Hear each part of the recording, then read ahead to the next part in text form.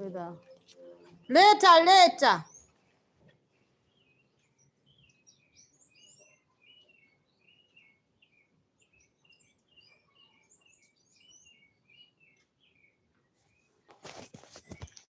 Otehan. Taso okaleta.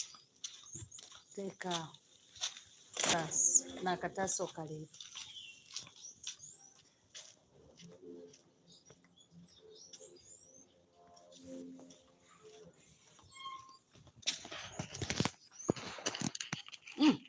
Okay.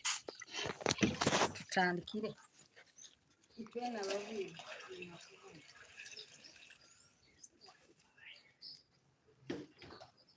So for supper we are going to prepare matoke and rice with beans. Matoke, rice and beans. So we are going to first cook the matoke, then we'll put the rice later, and then we'll fry the sauce. So this is matoke. It is a plantain. We are first going to wash it. You see these people, they keep their things in my mushroom house. I'm not happy with them. Yeah? They got in my mushroom house. I think that will be enough. So we are going to first wash. Are we tear them all separate? Mm-hmm. Yeah.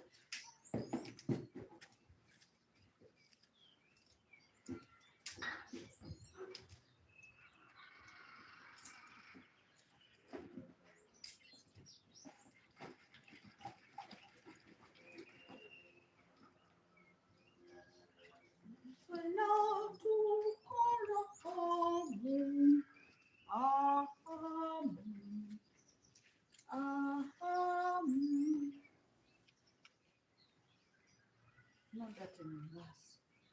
Okay.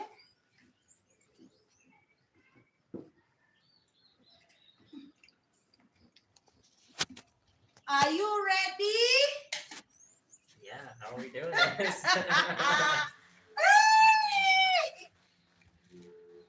Yes, the whole of this month.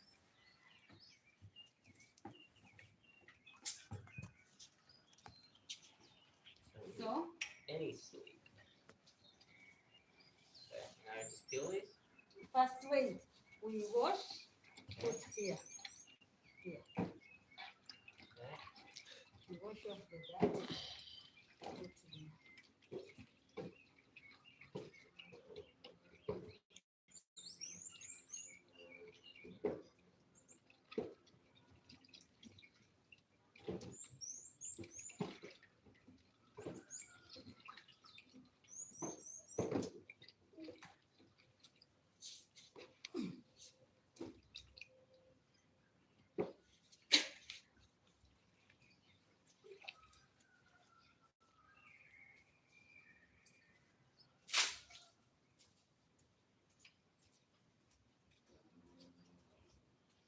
Can you imagine what we are going to use that for?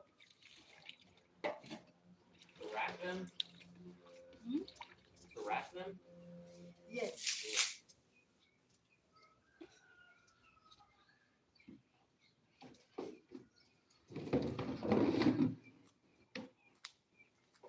So, we are going to start peeling.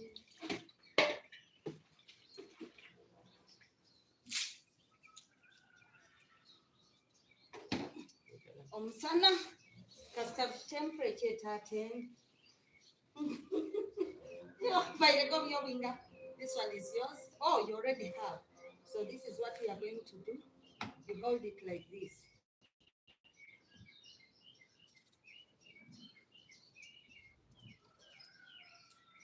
This is sharp. Yours is more sharp than mine. Yeah. You take care. You do it from here so that you don't get anything. You do this. I'm probably gonna take it nice and slow. Yeah, true. So just make sure all the green is off. Yeah. Wow. You can see the little seeds.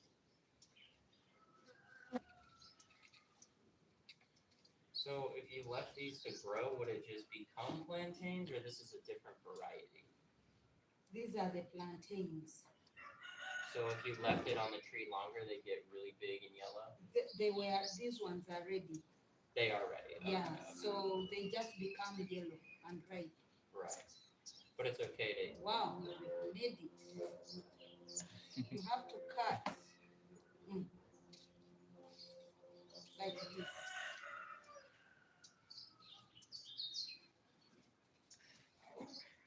Omusana garuka halo mukaituru ekwijja gamba temperature undikira tokutura kurungi nkurura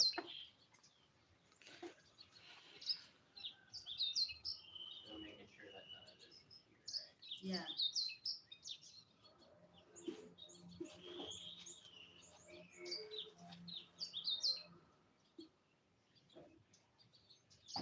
Wow, this is lovely. You've done it. You left some green.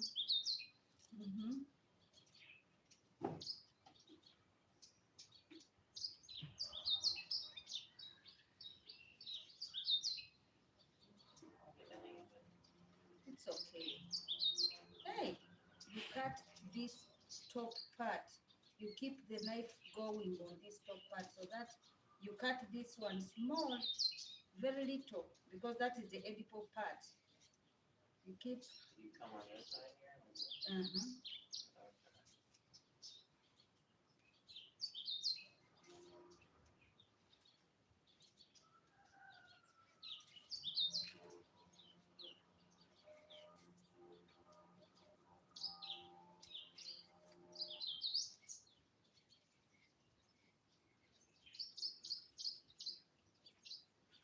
Okay.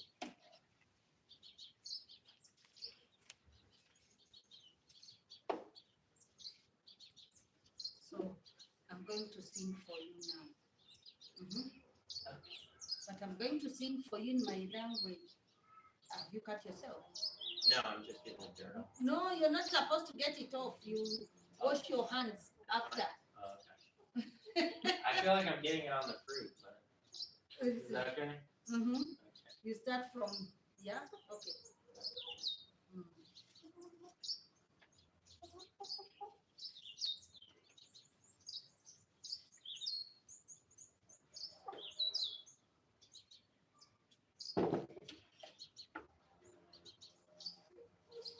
You sharpen these? Hmm? You sharpen these? This is, yeah, they sharpened them, but they were both like this. This chicken. Next, buddy. That one is not eatable. They lay eggs. Yeah. But is it laying really? It's not laying.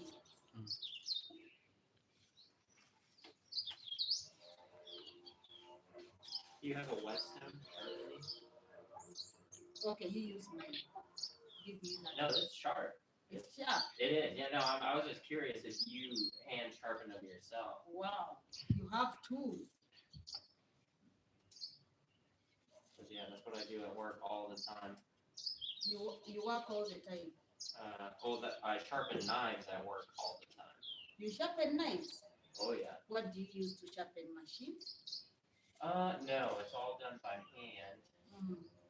It's like different levels of grit on stone. So you start with the coarse and then you move to the fine. So as we do this, for anyone who is there, you are invited for the next 4th Mushroom Festival. Yeah? You'll also have a rest. Have a rest from the snow.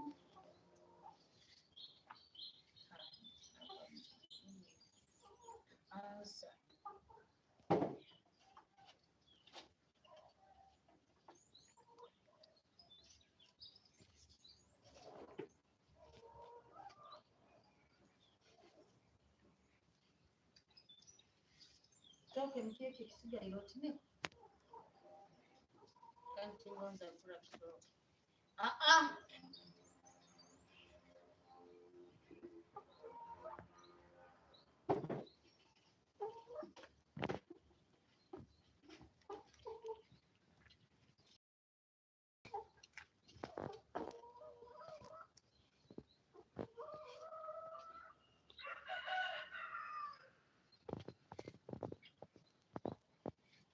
So previously, I have used these things in mushroom growing.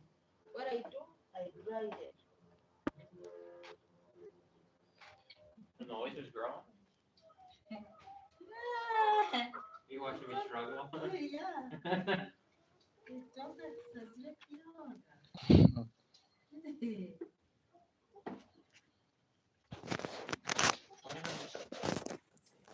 Don't hurt yourself. It's the first day. Yeah. Okay.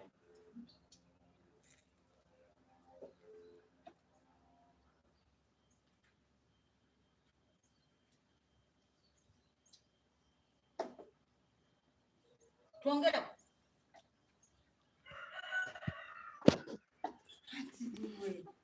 Bad day. That's all. Ngubike mtoito. Twongera. Yongera. Ngubike mkabinda.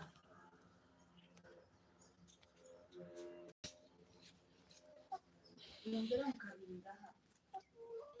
Toke kiao. Ekikuma toke kiao. Kikisemeza.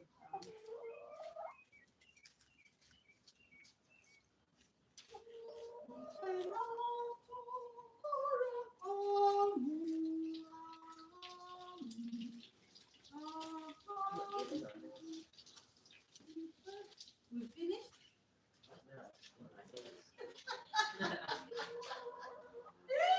Sorry. Already darkened your hands. Mm-hmm. You want to wash all these? No, just these ones are the ones we are adding. Are you still going to peel? Yeah. You're tired. No.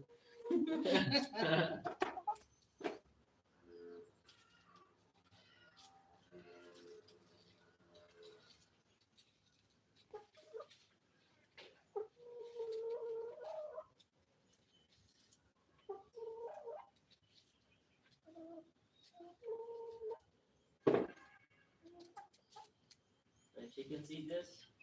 Yeah, they do. Yeah. They do eat.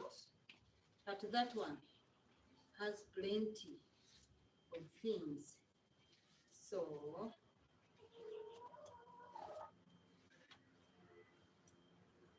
I might not eat these.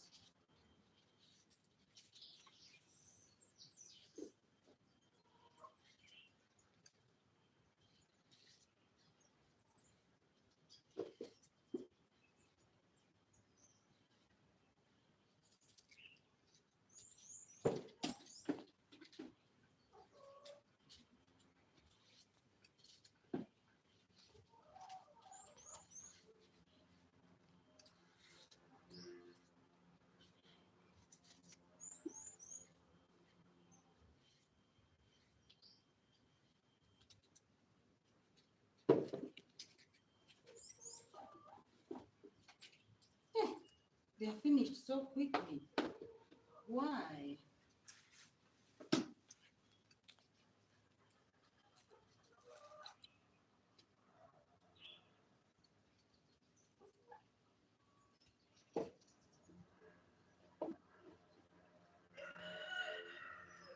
They are finished.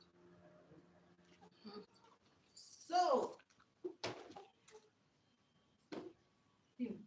honestly, forgetting how to blend up if you want it.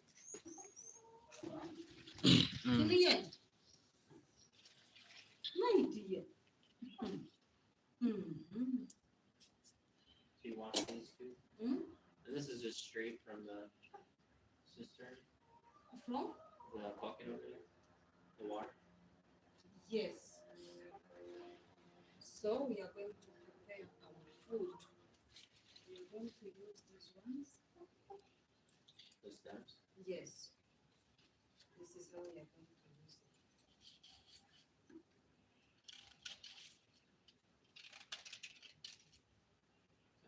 Make sure, please be careful not to cut yourself. Eh? Take care. Just remove that. Yeah. Even if you throw it there, we have to bring where we have worked from.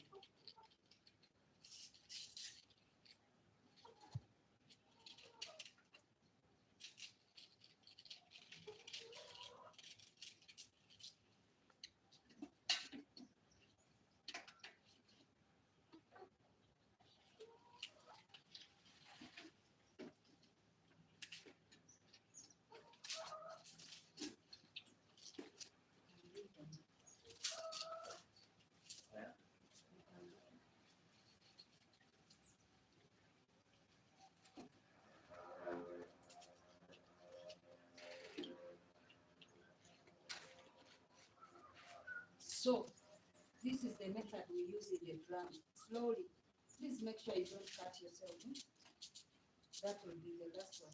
So this is the method we use in the drum while we are going to cook, to steam the mushrooms.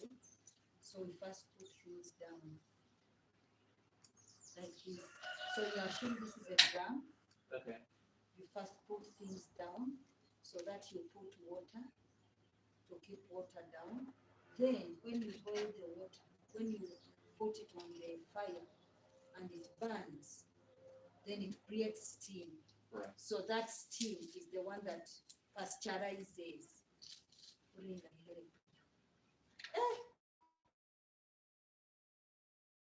You have a lot of energy. You want to break this one? I wanted to say that snap. It did not. So this just keeps it elevated. This acts as like the steamer. Yeah. Okay. Batu zikuwa kuzoge zine chuchu.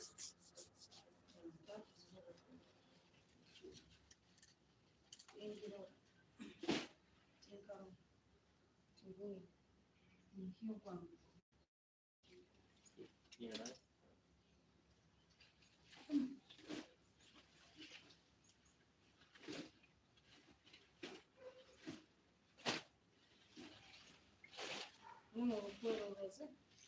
Hey.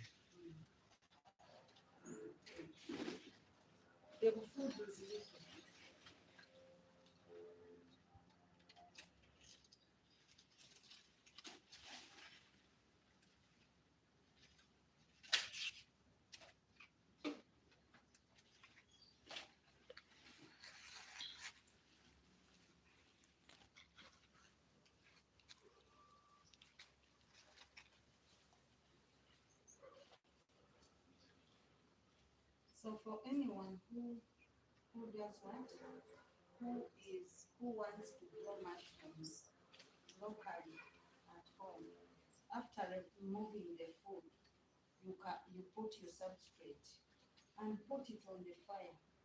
By morning time, it will be ready. You understand? Yeah. All of this here is scratch for mushrooms. Yeah. For now, after cooking the food, Right. and Then the food is then ready. you put it on the fire. Yeah, and the food is ready, and you've eaten the food, or you've removed the food. You bring your substrate, because this is a steam already created. Right. And in most cases, for those who use charcoal or charcoal stoves, there is some little charcoal that is remaining. Even if it is not little, what is there you can just add little charcoal and you pasteurize by morning. No, by morning it will be pasteurized, and then you cool it and then add grains. Right. Oh wow. So. And this is already used as a part of cooking to steam your food. Yes. Yeah. Correct.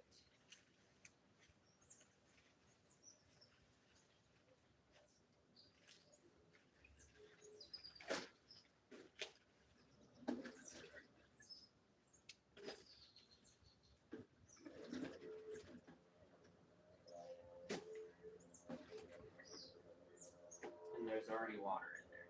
Yeah, we put. Okay. I'll show you. And then you put another layer on top to protect it from the smoke. Yes. No, so to conserve the steam, Oh, okay. because it's the steam that is going to cook the food. So you just put it in one big pile. Mm-hmm.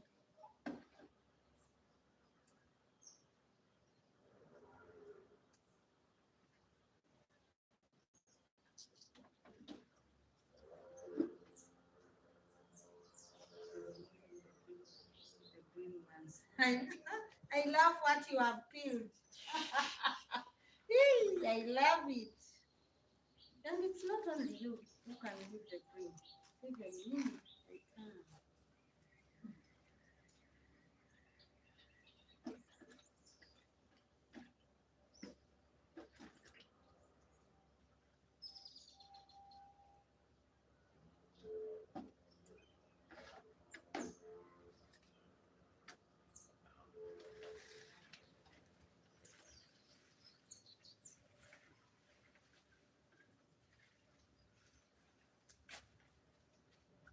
So these ones will be used to cover the food as we serve the food. But we don't have so many banana leaves, so we are using them sparingly. So here we are.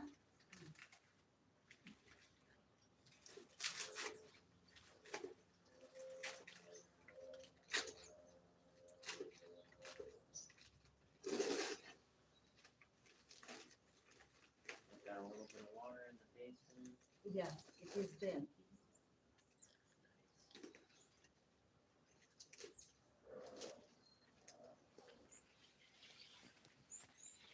So that this just goes right under the fire?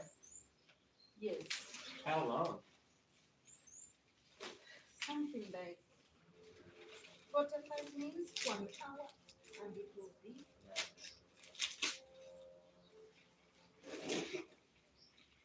I do something similar, but I use an oven and sweet potatoes. Mm-hmm.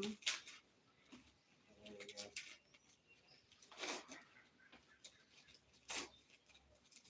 So later on, we will add rice. We also have some cassava. We gotta wash that and peel it. Yeah, we will peel cassava. You need a machete for that? Cassava. Yeah. No, No? we are going to use these same knives. Oh, okay, okay. Mm-hmm. Nice. So we are going to reserve this one for another day. Since the banana leaves, this is a town. We do not have a banana plantation. Right. So we are reserving this one and this one for another day. We have to be economical. Oh, yeah. Yes. So, yeah, you're getting tired, I can see. And the fire is ready or no? We are going to make it. Yes. All right, good. Hey, you think making fire in that energy-saving cook stove is easy? Well, I'm sure you have a method. Yeah, I have a method. It's got that rocket stove technology.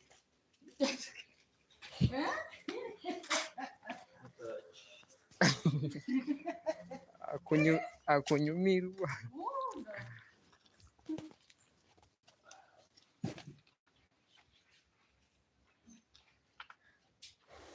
What's this one here? This one I used to dry my mushrooms. Nice. Yeah. Oh, nice. Near the fire. Figured there was a. All right. So yeah, what's your process for starting? I will first open the door so that enough fresh air. Tigukyali mali guzimireyo. Timanyit. Kusaba kuba gukyali. Otairemu ga briquettes. Kana ate. Bageni endabona nka bwikali nnyo. Briquettes nzino. Zikiyayo.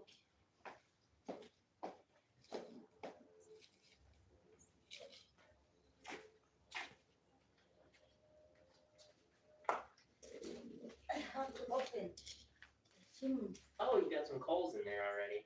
Yeah. Is that from the previous meal? From the briquettes. They put some briquettes. Oh, nice. Where is it? The briquettes. Yeah. Here. Oh, wow. And these are the ones that you make? Yes. Oh, wow. Here they are. Yeah. Okay. So that holds a flame really well. Yeah, that one is energy The coal. conserving.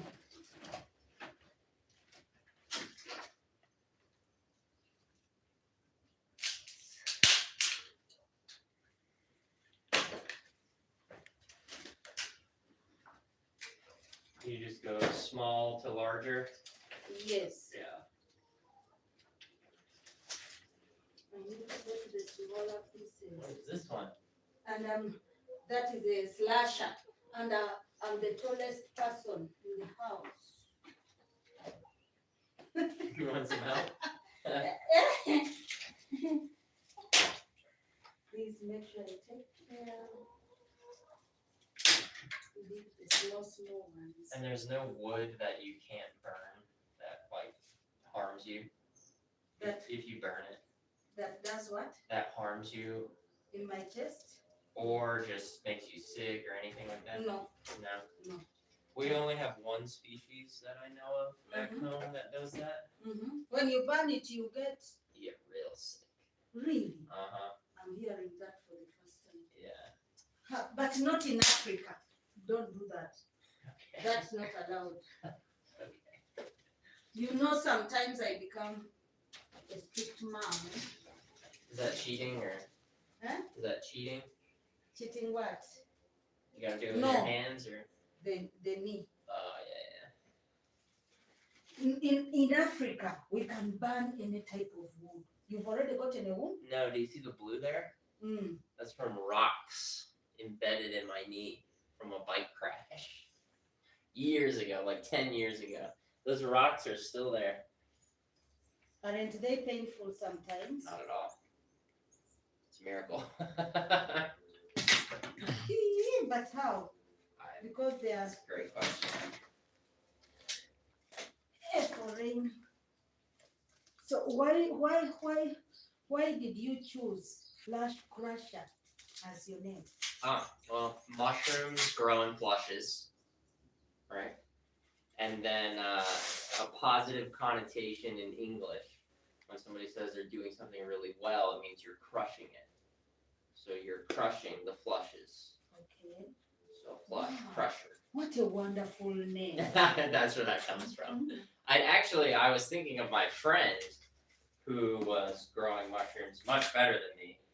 And I was telling him that he was a flush crusher. And then I just changed my Instagram name to that. So. Flash Crusher. Yeah, because I wasn't even growing mushrooms that well at all at the time.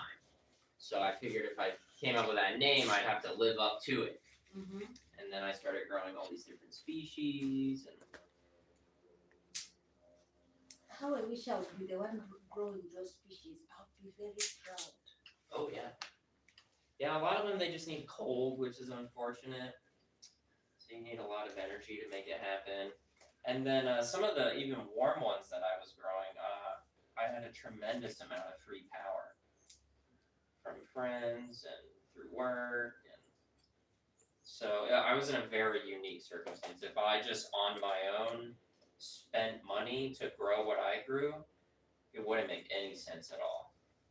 So I utilized waste materials from work that would have been thrown away otherwise, that couldn't be used in a production setting. And so, are we just adding things, or is there a triangular pyramid effect we're going for? Yeah, trying to see how best you can do this. Think so? When did you last make fire? Like a year ago.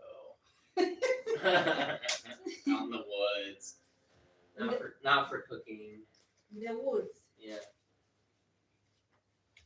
Yeah, I don't like to do it that often in the woods, because a lot of people visit similar areas and then all the firewood disappears. So But if you're in a really remote area and it's really cold and you're by yourself, it's really nice to have a fire as a morale boost. Okay. And you're by yourself. Tip. Oh, that's good to go.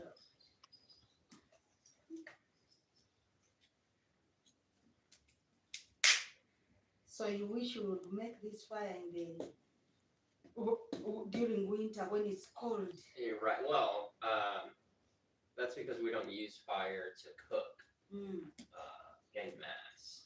Because if every American cooked with fire, the forests wouldn't be there. right. And do you know how I imagined the US looked like? I was so surprised to find forests in US. Oh, right. Yes, I thought all the places are built up. Right. Yeah, no, there's a lot of expansive land, massive forests.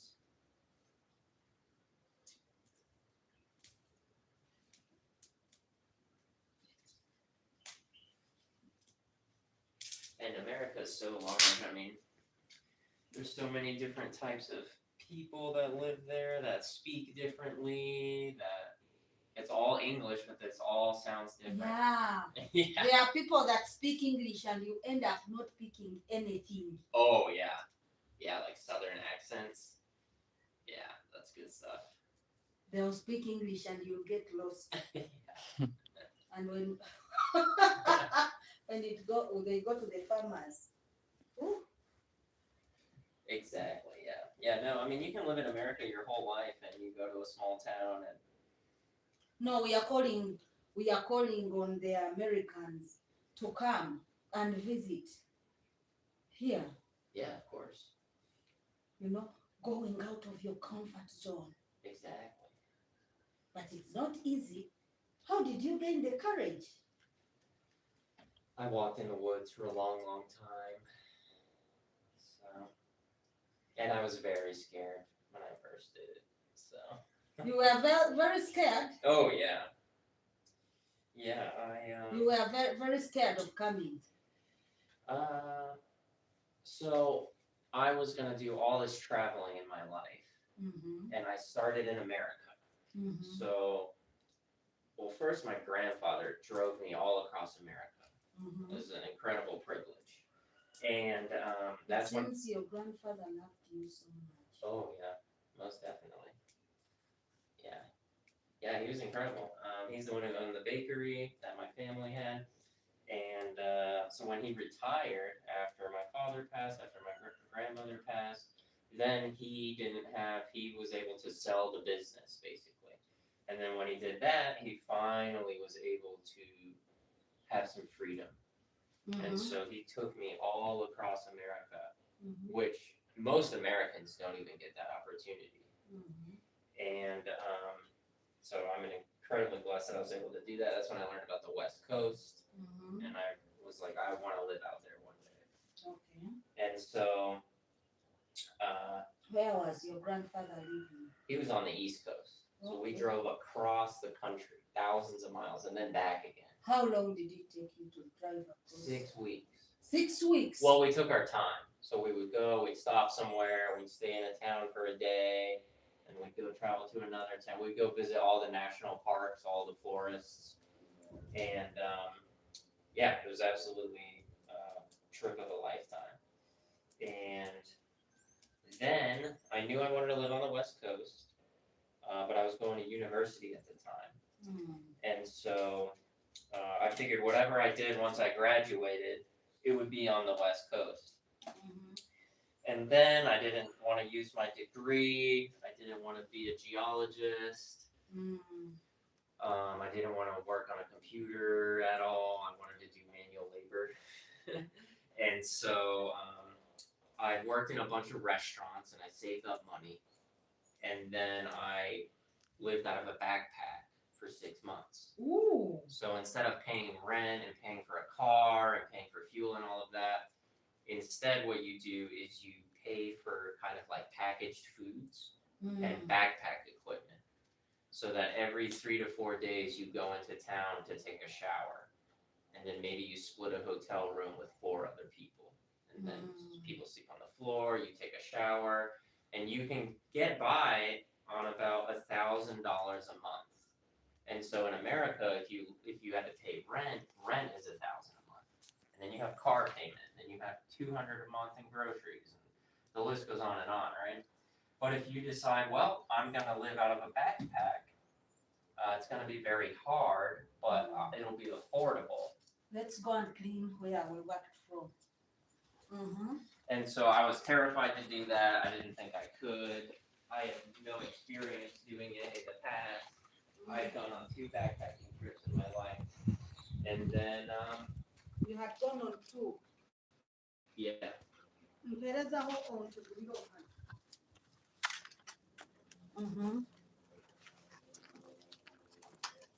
And then, yeah, I hiked the Appalachian Trail from Georgia to Maine in 6 months. You went from Georgia to? Yeah, Georgia to Maine, which is the northernmost state on the East Coast. So it goes Georgia, Tennessee, North Carolina. Okay. Where are we bringing this? To the rubbish pit. Oh, okay. Yeah, let me think. Georgia, Tennessee, North Carolina, Virginia, West Virginia, then Pennsylvania, New Jersey, New York, New Hampshire, Vermont. I forgot that So one. all you were backpacking in all those Yeah, places. because there's a continuous footpath that goes from Georgia to Maine. So you don't have to walk on the road really at all. And you're walking through the woods. Hey, you kept walking through the woods. Through the woods, yes. So every 70 feet, there's a white painted rectangle on the trees or on a rock somewhere that tells you where you're going. Yes, I saw them. Mike Tyson, Performance Fungi, took me to the woods, and there are so many paths. Yeah. Did you see the white square? Yes, I did. Oh, that's the Appalachian Trail. Yeah. So I did the whole thing. So Wow. that you can follow it all the way down to Georgia and go all the way up to Maine. And it's 2,200 miles long. So you walked them? Yes.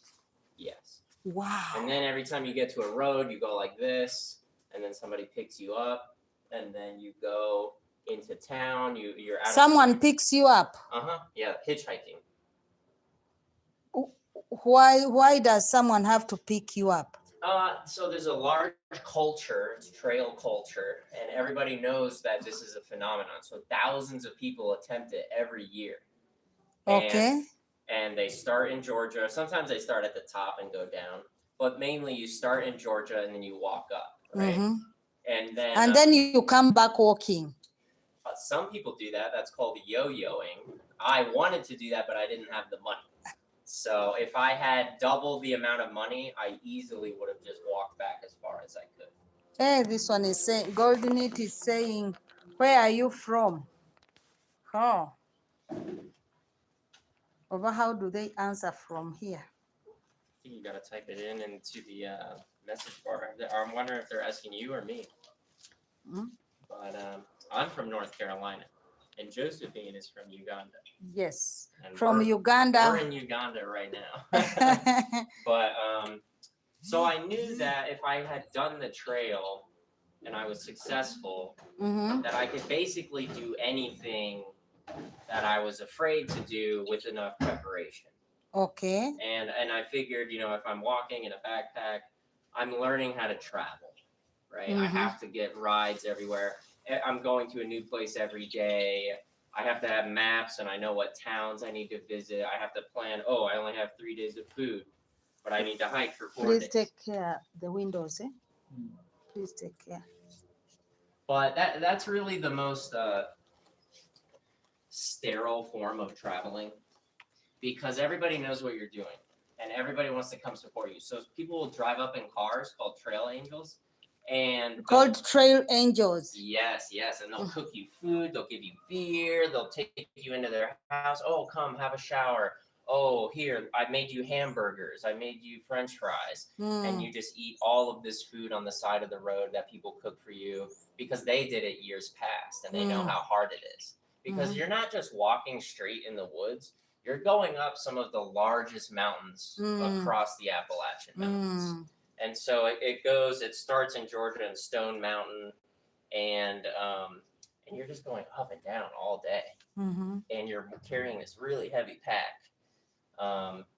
But it's not really traveling. It is. It's in America, and you're eating, packaged foods that's like nice and sterile.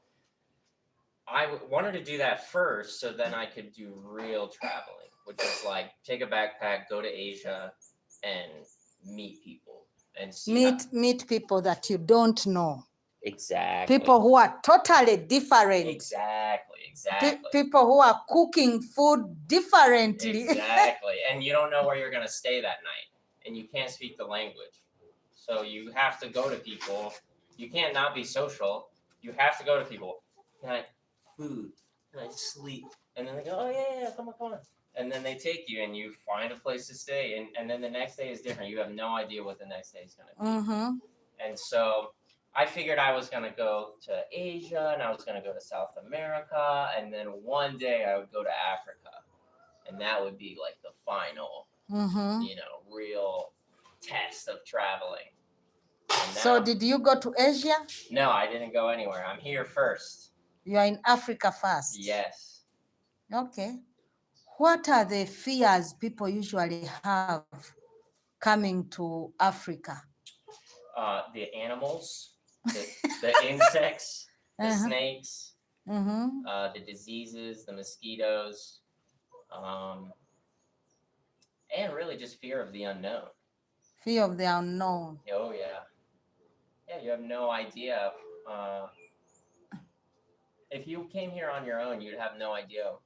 But we've had, we've had a relationship for over 4 or 5 years. Right. But there are people that come here and we do not have a relationship with them totally. But they come and they stay with us and they become family. Exactly, yes. And that's if you get plugged into certain programs. Like you have the cottages and you have volunteers. It's a common thing, right? Yeah. But when I think of traveling, I mean like you're going out into the world. You don't have a plan. So you just get a plane and land in Entebbe when you don't know where you're going. Exactly. Oh my goodness, are there people who do that? Yeah, they're called vagabonders. Oh. Yeah, vagabonding. It's like a way of life. And people work for months and months, years and years, and they save up all this money, and then they go and explore, whether it's in Asia, South America. It's not done as often in Africa. And it depends on what country, the whole continent is massive. But Derek kind of was, but he got plugged in, like he figured he found your organization, but he was going to take a motorcycle up the Nile. Yeah, he was going to take a motorcycle, but I don't know what failed him. He fell sick, but... He got sick, yeah. Basically that. Yeah, he got really, really sick. So, and that can happen anywhere. And that was wild for him to do that in 2021. So I would like to clarify the fears. The first fear is wild animals. The wild animals, you cannot find them everywhere. Right, you'd have to go. Yes. Yeah. As I told you, we have some monkeys that come here to visit us. For real, you do? Yes, we do. I can't wait to see that. Yeah, but they come because of the fruits that we have. Right. And the trees. You have to throw rocks at them to get them away? They don't even get away. Shanti tries to scare them off, but they don't. So there are no wild animals everywhere. Right.